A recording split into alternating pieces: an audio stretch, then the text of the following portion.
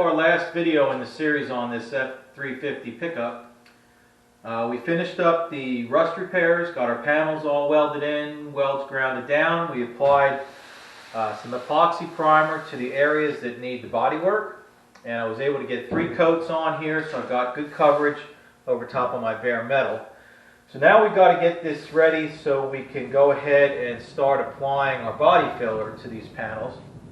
And basically what I'm going to use is just a flat sanding block, just a little 6-inch block, and I've got some 120 grit paper, and we just want to scratch up the surface, give it a good scuff anywhere you're going to be applying filler, so it gives that filler just something else to adhere to. It gives a little bit of tooth in the primer for it to grip into.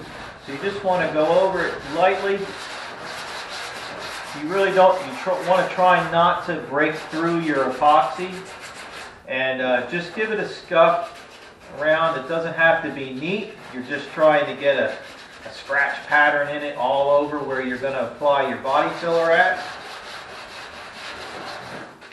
And it likes to gum up in the paper, so you got to make sure you keep cleaning up your paper. And just go around all the areas where you think you're going to apply body filler at, and like I said, get everything scuffed up so your filler will adhere to that panel. And then the first step we're going to do with this, we've got a couple of holes here for trim. One here, there's a couple on the back panel replacement piece that I did. We're going to make sure these are enlarged out to the size they need to be. And then the first coat I'm going to apply on here is a fiberglass based filler, and I use that mainly because it has better resistance to any moisture that could possibly get through from the backside. And moisture is what kills your bodywork down the road. It doesn't react well with any body fillers, especially just regular body fillers, but the fiberglass type body fillers will tend to hold up better in a moisture situation. So I always apply that over top of my seams, just a light coat to seal everything over. And then we'll come back with a 3M body filler and get our panels nice and flat again, go through the sanding processes, and then do a skim coat with a glazing putty. That'll fill in any of the heavy scratches, and we'll finish that out with a 180 grit and leave that ready to apply our fill primer. Okay, so I got my first coat of body filler on, and again I used a fiberglass based filler.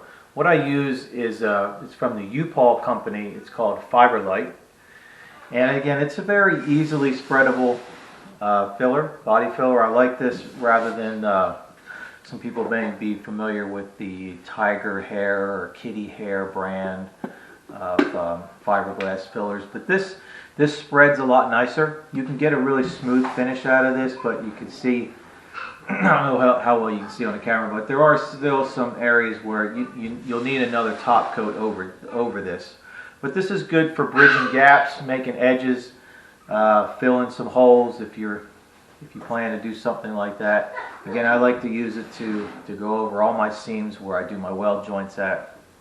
And then I just knock it down with some 120 grit paper on my longboard and get everything down as smooth as I can. And then the next coat we're going to come back with the typical body filler and start doing the rest of our finished bodywork. Alright, quick update on where we're at with the bodywork on the truck.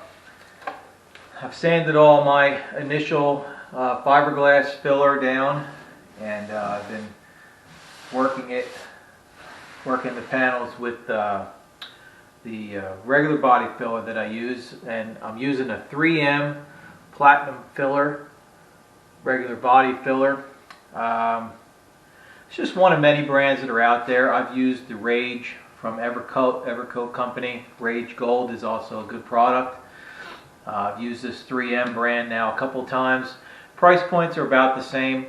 Good body fillers are going to run you about $55 to $60 a gallon for good stuff. the filler you get at your local parts store, your AutoZones or whatever. The Bondo brand is a bit cheaper, but you get what you pay for. Also, it's a little harder to sand. It doesn't hold up as well to moisture. These products are designed to hold up to moisture better. They're a little lighter weight. They sand a little easier. So you're spending money one way or the other. So after applying that body filler, I got my panel fairly straightened out here for the most part. And what I've done here is this green top coat that you see is a polyester filler. And this is from the Evercoat company. It is called Metal Glaze. It's a polyester finishing putty. And basically you apply it the same way as you do regular body filler, but you use this to just give a skim coat. You don't want this on very thick. It's just a very thin coat you put over top of your body filler. It helps transition edges. It'll fill any slightly low areas. It also fills in your sand scratches, so you're not going at this with as an aggressive sandpaper. The other body filler, the 3M body filler we're starting out with that. Well, what I do first is I'll go over it with my DA with an 80 grit and knock down any ridges and thick areas and try and blend in the edges to get them feathered out first. And then I'll come back with a longboard with a 120 grit sandpaper on there and get everything flattened out, find any areas that are still low that may need an additional small coat of filler in them, go back over those, sand them down again, and after that 120 coat and this is flat, that's when I apply the polyester, and we do a coat, like I said, a thin coat over top of that, and this will get knocked down just to get the skin coat off the top. And any of the high ridges, you see some high ridges here from when you're spreading it, you get some high ridges. We'll knock those down with the 120 and then come back over this with the 180, and sometimes I'll go as high as a 220, try and get it really smoothed out. But 180 is usually sufficient, and then when you come back over that with your high build primer, it fills in those sand scratches and then you block those out and your body work basically disappears. So that's the procedure with this. So we're going to continue on with sanding on this, and then we'll get everything ready for our next coat of primer. Alright, the time has come finally to get the bed epoxy primered to seal in all this paint. Now I had some questions come in about what happens, what can happen, reactions I talked about earlier with the old paint, new paint. What happens is this is an acrylic enamel single stage paint, and when you use a base coat clear coat paint, the reducers that are in your base coats can react with the epoxy paint, and what happens is it'll almost act like a paint stripper, and it'll make the paint kind of lift and bubble, especially around edges like you see here, where it can work underneath the reducer can work its way underneath of this paint, and it'll make the edges bubble and crinkle. So you don't want to have that, because obviously that's going to ruin your paint job.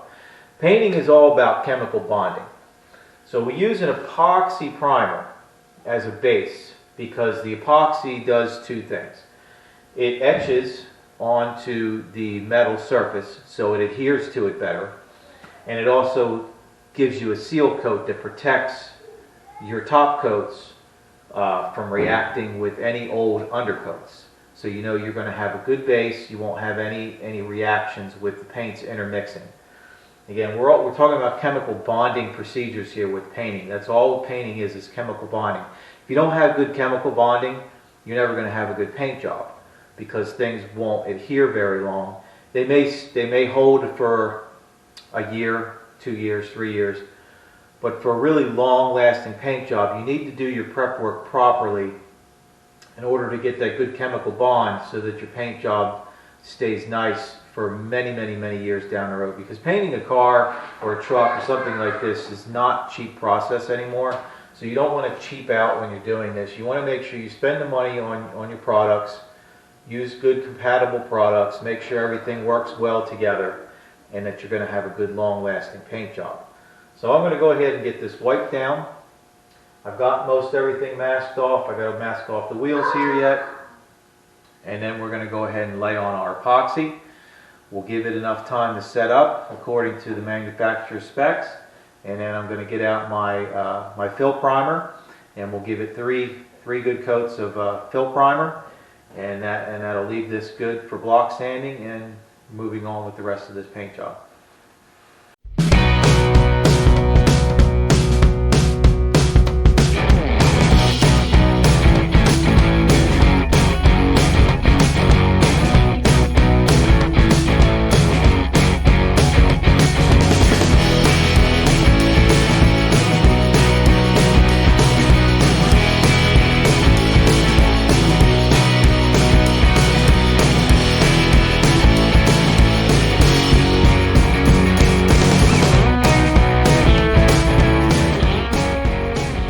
Alright, finished up here on the bed of the truck. I laid down 1 coat of epoxy primer and 3 coats of the feather fill top coat primer. And we're going to let this set up for a few weeks while we move on to working on the cab and get some other work finished up on this truck. We're going to keep moving along with this project and try and get things done. I do have some work to do on the Mercedes in between a little bit here and there, so we'll get a little bit of work done on that. But we want to try and concentrate on this and get this back to the owner. He's anxiously awaiting his truck. Brian, I appreciate your patience on getting everything done, but we want to make sure your truck is looking as good as it did when your father bought it. So again, if you haven't subscribed to the channel, hit that bell notification once you've subscribed so you are made aware of when I've got new videos popping up on the channel. And share this with your friends. Give me a like. Leave me some comments about what you've seen. Any questions you've got. Like I've had some questions come in about the epoxy primers. Any questions you have about the products I'm using, I can send you in the right direction to what I've been using. And I appreciate everyone watching. I'll see you again real soon.